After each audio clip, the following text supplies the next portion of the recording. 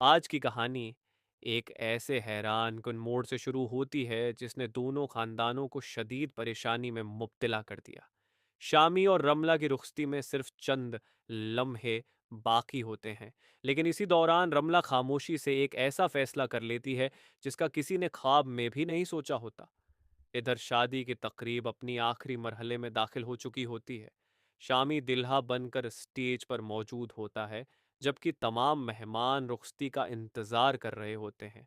इसी दौरान आरफा फारूक से कहती है कि फौरन ड्राइवर को ब्यूटी पार्लर भेजा जाए ताकि रमला को वक्त पर हाल लाया जा सके, क्योंकि वो चाहती है कि तकरीब जल्द खत्म हो और मजीद किसी परेशानी का सामना न करना पड़े। चंद मिनट बाद ड्राइवर वापस आकर ऐसी खबर देता है जिसे सुनकर सबके चेहरों का रंग उड़ जाता है। वो बताता है कि रमला पार्लर पहुंची ही नहीं थी। ये सुनते ही पूरा माहौल बदल जाता है। आरफा घबराकर शामी के पास जाती है और कहती है, किसी भी तरह रमला को तलाश करो। अगर वो वापस ना आई तो आज हमारी इज्जत सबके सामने खाक में मिल जाएगी। इसी दौरान शामी के फोन पर रमला का पैगाम मौसूल होता है। उसमें लिखा होता है कि वो ऊन के घर जा रही है, क्योंकि उसके दिल में मोहब्बत सिर्फ ऊन के लिए है और वो किसी दूसरे शख्स के साथ जिंदगी गुजारने का तसव्वुर भी नहीं कर सकती। ये पैगाम पढ़ते ही शामी जैसे साकित रह जाता है। उसे यकीन नहीं आता कि इन रुखसती के वक्त ऐसा भी हो सकता है। फारूक और आरफा फौरन बीजान और साकब को पूरी बात बताते हैं। आरफा गुस्से और परेशानी में कहती है, हमने ऊन को हमेशा शरीफ समझा, मगर उसने हमारी होने वाली बहू को ही हमसे दूर कर दिया। साकब फौरन इस बात की तरदीद करते हुए कहता है, मैं ऊन को अच्छी तरह जानता हूं, वो ऐसा कदम कभी नहीं उठा सकता।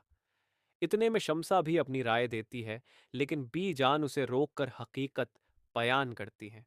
वो कहती हैं, उस किस्से में उनका कोई कसूर नहीं। असल बात यह है कि रमला खुद उसके पीछे थी। मैंने कई मर्तबा उसकी कोशिशें अपनी आंखों से देखी हैं। ये इंकिशाफ सुनकर सब एक दूसरे का चेहरा देखने लगते हैं। दूसरी तरफ रमला उनके घर पहुंच चुकी होती है।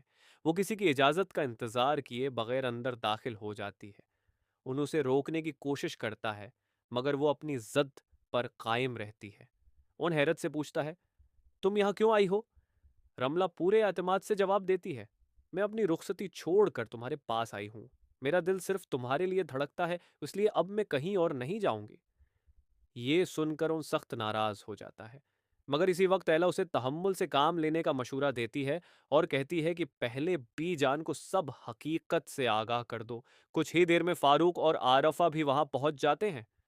फारूक अंतहाई बेबसी से रमला से दरख्वास्त करता है कि वो खानदान की इज्जत का ख्याल रखते हुए उसके साथ वापस चल पड़े, लेकिन रमला साफ इनकार कर देती है और एक बार फिर ऐलान करती है कि वो सिर्फ उनसे मोहब्बत करती है। फारूक मायूसी के आलम में खामोश हो जाता है। तब ओन निहायत समझदारी से कहता है, उस वक्त सबसे अहम बात बुजुर्गों की इज्जत है।